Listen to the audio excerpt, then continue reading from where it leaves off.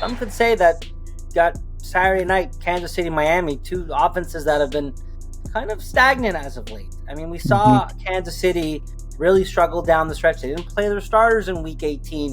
Miami did in the game that they were trying to win the division, but Tua threw the final interception of the regular season, or the final throw of the regular season, was to Chase Claypool in double coverage. Now, they are expecting Raheem Mostert and Jalen Waddle to suit up, but the big storyline said Tyreek going back to Arrowhead. We thought we might have seen that when the schedule beforehand it was announced that Miami was playing in Kansas City. Kansas City was the host team, but then it was later announced that they were playing in Germany.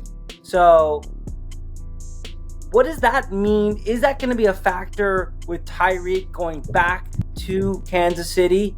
And what are you really expecting between these two teams that had already, again, similar to the first game, had already played each other this year? So there is a little bit of a backstory between the two teams. I mean, first of all, I think we have to thank the NFL scriptwriters for this one, because they got it right. And, this is also, when they played each other in Germany, we were talking about one of the plays of the year in that defensive fumble recovery, lateral touchdown. There's a lot of interesting storylines along this, or in this game. And I think, with the Dolphins, something that I kind of feel like I've noticed is very similar to the Cowboys last year, where it's like when you lose one offensive weapon and you solely rely on, for them it was Tyreek Hill, Dallas it was CeeDee Lamb last year. The defense is able to really hone in on that player, and you start seeing all these kinks in the armor. And I think Jalen Waddle and Raheem Mostert coming back is huge for Miami. I think, we saw some really explosive things from Devon Achane and what he can do as a supplementary piece for Raheem. But when they didn't have those players there, it made it hard for Tua to really execute. And for that offense that Mike McDaniels has crafted all year to look as explosive as it has. So they're going up against Kansas City, who going into this playoffs is known for their defense, not their offense. But that's still a team, the veteran presence that they have, defending Super Bowl champs, they're not going to go down lightly. And if there's one thing we know about the postseason, Sam, it's that you can reshape any narrative that you had during the season. So we can see in a completely new look Kansas City Chiefs team that looks like their championship self that we haven't seen all year. And, I guess I'm curious, with all of that said, who's a player that you have in mind that you think really needs to step up in this game? Well, for me, and this is a great segue, Seth, it's Tua. Tua has not won a game in the NFL where he's played in negative 30-degree weathers. It is supposed to be the coldest game all weekend in Kansas City. It's supposed to be negative 40. It's going to be insane. The wind chill and everything like that.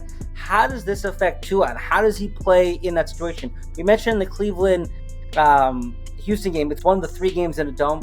Arrowhead is a loud stadium on the best of weather situations. But with the loud weather, the cold, the snow, I think it does favor Kansas City in that way.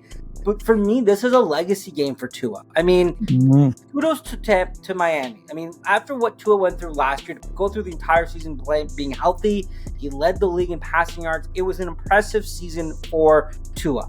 I think he took steps forward, but I also thought near the end of the season, he kind of had that moments where you're just kind of like, okay, but now that he's going to have his full complementary of weapons, and Jalen Waddle and Tyreek, they both finished with over 1,000 yards. Raheem Mostert, broke Dolphins records for total touchdowns, and their ability to run the ball. Alex Ingalls, a great fullback.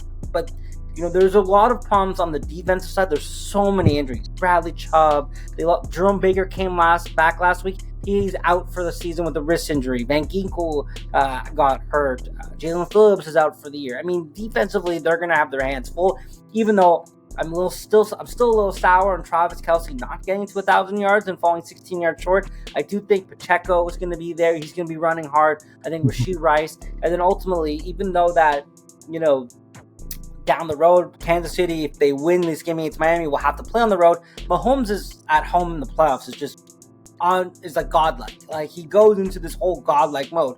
Can Tua match up with what Patrick Mahomes can do? We know Patrick Mahomes, he runs the ball. He can get first downs with his arms. obviously, and with his leg as well.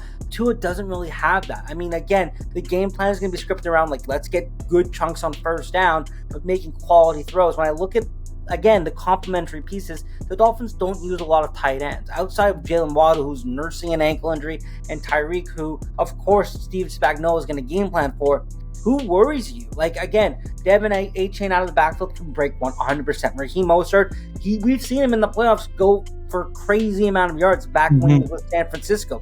All of that is good, but as you just mentioned, Kansas City's defense has been the storyline this year. Their offense has been what's been kind of their Achilles heel, which has been so surprising for Kansas City. So when I look at all of that, I think, okay, they're not going to be throwing to Braxton Berrios. Chase Claypool gets on the field, that's a problem. Robbie Chosen, whatever he's going to do, he just sits on the sideline. I just don't think so. So what can Tua do? And he's going to have to be on target. I mean, we've seen, a lot of, from what I've watched on Hard Knocks, the reason that they put the GoPro on his helmet in practice is so that you can see his point of view, and it's very quick. He's got a very quick release. It's the quickest in the NFL.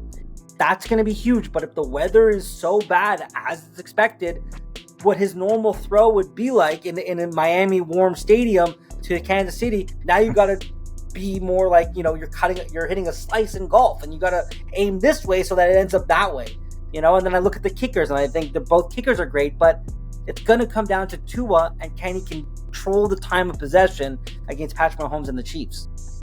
Yeah, I think what you said at the beginning there was really interesting about the legacy game for Tua, because, you think back of Tom Brady's career and a lot of the quarterbacks that, he played against in the playoffs, they made their legacy by beating Tom Brady because there were so few that did it. And Patrick Mahomes is on that similar trajectory. There are very few quarterbacks that can say that they've beaten Patrick Mahomes in a playoff game. And, obviously we're talking about 11 men on the field, two sides of possession, like offense and defense. It's not just a quarterback versus a quarterback, but that's just how the NFL history and the stories get written. And this is a really good chance for Tua to cement himself into that conversation. Now, for me, the player that I think really needs to step up, we've talked about the struggles of Kansas City's offense all year. We know that Travis Kelce needs to step up. We know Isaiah Pacheco needs to step up. But I think Marcus Valdes-Scantling, being the veteran presence in that receiving wide receiver room, who has the ability to make those extended long plays, he is their deep threat. If they can hit him for a 40, 50 yard and he can actually catch it, that whole offense starts clicking. And I know this is a bit off the board because there are so many players in this game that need to step up, but we know what Tyreek Hill can do in Miami and how he can create that separation.